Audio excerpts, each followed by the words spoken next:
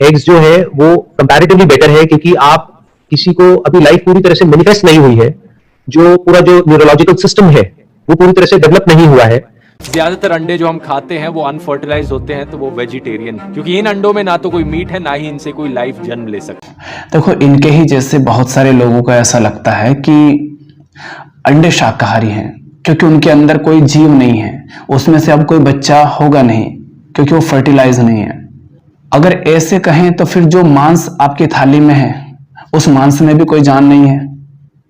वो जो मांस तल करके आपके प्लेट में आ गया है उसमें तो अब जान नहीं है ना, उसमें से भी कोई बच्चा नहीं होगा, उस मांस को भी दर्द नहीं हो रहा है, तो इसका मतलब ये तो नहीं है कि वो मांस भी शाकाहारी हो गया है।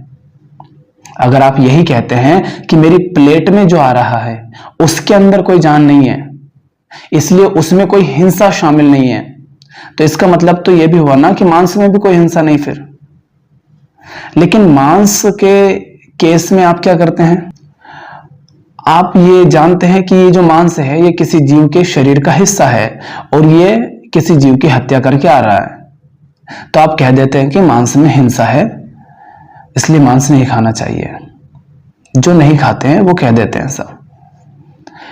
लेकिन जो अंडे हैं, अंडे की भी पूरी प्रक्रिया देखो अगर पीछे आप, तो उसमें मांस से ज्यादा हिंसा है, क्योंकि जो मांस है उसके लिए तो मुर्गी को या किसी भी जीव को काट दिया, वो थोड़ी देर तड़पा, लेकिन जो अंडा है वो अंडा आप तक पहुंचे उसके लिए जो मुर्गी है उसको पूरे जीवन भर दर्द में जीना पड़ता है।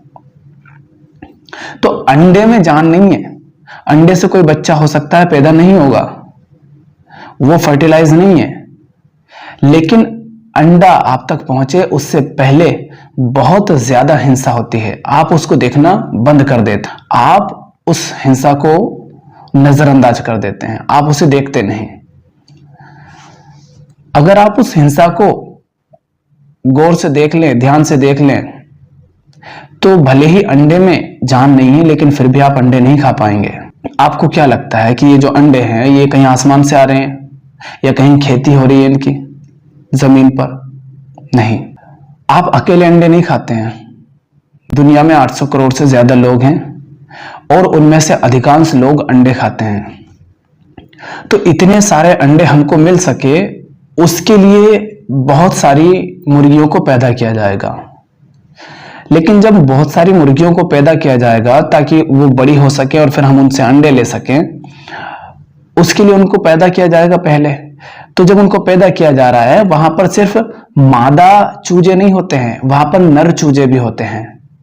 और वो जो नर चूजे जिस नस्ल के होते हैं, जिस ब्रीड के होते हैं, वो ऐसी नस्ल होती है कि उनका मांस नहीं खाया जाता है, वो नस्ल सिर्फ होती है अंडे लेने के लिए।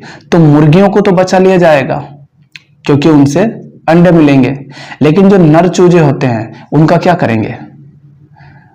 तो करोड़ों अरबों की संख्या में हर साल नर चूजे जो कि अंडे नहीं देंगे और उनका मांस भी नहीं खाया जाएगा, इसलिए उनको पैदा होते ही ये चेक करके कि ये नर है कि मादा है, उनको उसी समय या तो पानी में डुबोकर मार दिया जाएगा या मिक्सर में ग्राइंडर में पीस कर मार दिया जाएगा या दबाकर मार दिया जाएगा, कुचलकर, या गड्ढों में जमीन में गाड़ दिया जाएगा या पॉलीथीन के अंदर उनका दम घोंट करके मार दिया जाएगा।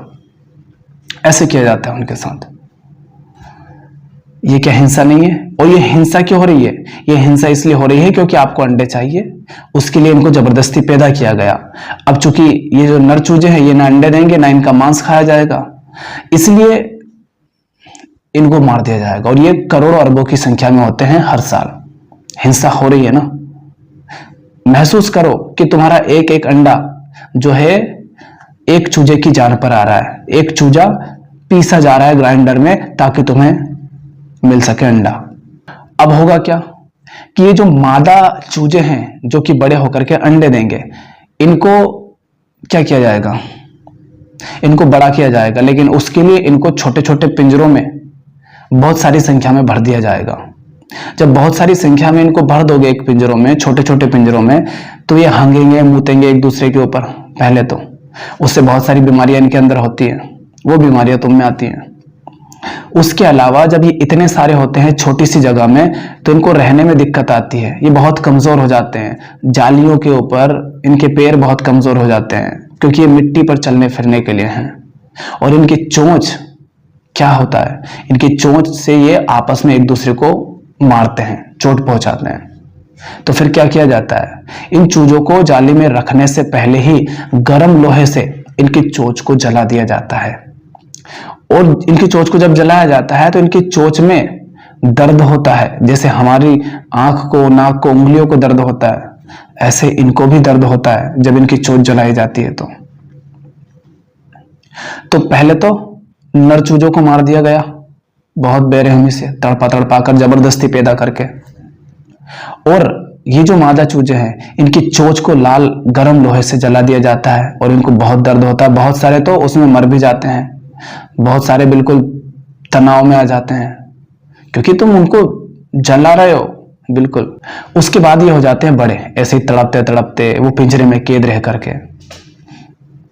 जब ये बड़े हो जाते हैं तो ये देते हैं अंडे। लेकिन जो मुर्गियां होती हैं वो अंडे देती है साल में 12 से 15 अंडे, बस 12 से 15 अंडे देती है साल भर में मुर्गी, उससे ज्यादा नहीं देती है। लेकिन इनको पैदा किसने करा, कंपनियों ने।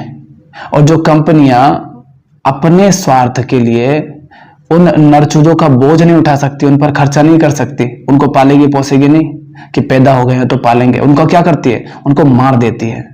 क्योंकि नहीं तो कंपनी का लॉस होगा। क्यों मुफ्त में खिलाए पिलाए, मुफ्त में थोड़ी ना इनका पेट भराएगा।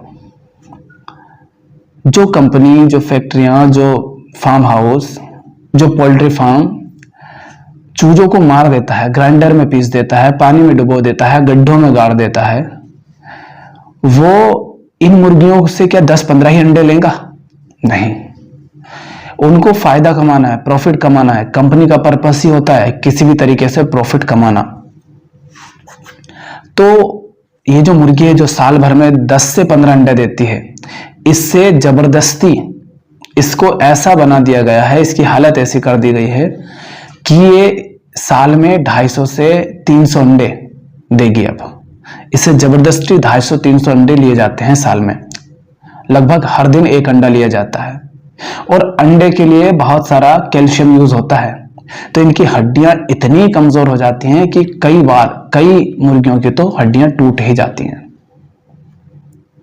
तो जो मुर्गी 12 से 15 अंडे देती है, उससे तुम 250 से 300 अंडे लेते हो। सोचो उसका क्या हाल होता होगा, कितना दर्द, कितनी पीड़ा वो सहन करती होगी। एक औरत एक बच्चे को जन्म देती है, उसमें उसको कितना असहनीय दर्द सहन करना पड़ता है। तो सोचो उस मुर्गी का क्या हाल होता होगा, छोटी सी है बेचारी, और उससे तुम हर दिन एक अंडा ले रहे हो। तो देखो, अब वो जाली में कैद है, 8-10 मुर्गियां कैद हैं छोटे से पिंजरे में, और वहां पर इनसे जबरदस्ती अंडे लिए जा रहे हैं। ये चल फिर नहीं रही हैं बाहर, इन्होंने जमीन नहीं देखी, सूरज नहीं देखा, घास नहीं देखा, ये फुदकी नहीं, उड़ी नहीं, बिल्कुल कमजोर हो गई हैं। बाहर निकालोगे तो शायद अच्छे से चल फिर भी ना पाए, जीवन भर ऐसे रहेंगी। और जब तक ये अंडे देंगी तब तक इनसे अंडे लिए जाएंगे। और इनकी उम्र होती बहुत लंबी, लेकिन इनको 6 महीने, साल भर में ही मार दिया जाता है। जब ये भी अंडे देने लायक नहीं बचती, ये मुर्गी जो पैदा की गई थी अंडे के लिए, जब ये अंडे देने लायक नहीं बचती है, तब इन सबको भी मार दिया जाता है। और आप कह रहे हो कि अंडों में कोई हिंसा नहीं है। अंडों में हिंसा नहीं है, लेकिन अंडे आप तक पहुंचे उससे पहले अंडों में बहुत हिंसा है। तो इसको जरा अच्छे से देखिए वीडियोस की किस तरह से मुर्गियां रखी जाती है फार्म हाउस में, पोल्ट्री फार्म में। तो थोड़ा पढ़ो, थोड़ा जानो, थोड़ा पता करो तो कि जो खा रहे हो वो कहां से आ रहा है, कैसे आ रहा है। हम आज बात करते हैं क्लाइमेट चेंज की, ग्लोबल वार्मिंग की, हम कहते हैं भूखमरी है, पानी की कमी है। ये सब क्यों है? क्योंकि हम इन जानवरों को जबरदस्ती पैदा करते हैं और इनके खिलाने पिलाने में बहुत सारा अनाज, पानी, जमीन, जंगल सब चला जाता है। जबरदस्ती हम इनको पैदा करते हैं। सारी समस्याएं हमारी अपनी मोल ली हुई है। ये क्लाइमेट चेंज हमने बड़ी भारी भारी कीमत चुका करके खरीदा है, अपने आप नहीं आया है। तो यूं ही अंडे को शाकाहारी मत कह दिया करो, जाकर पहले पोल्ट्री फार्म देख लो कि क्या होता है और क्या नहीं होता है, हकीकत जान लो उसकी, तब आपको समझ आएगा कि वास्तव में अंडे शाकाहारी भले ही हैं, या कहो शाकाहारी नहीं, उनमें जीव भले ही नहीं है मगर उनमें हिंसा शामिल है। उनको इसलिए शाकाहारी नहीं कह सकते हैं, उनमें खून है, उनमें हत्या है। हत्या करने में दर्द होता है, लेकिन तड़पा तड़पा करके किसी को मारने में और ज्यादा दर्द होता है।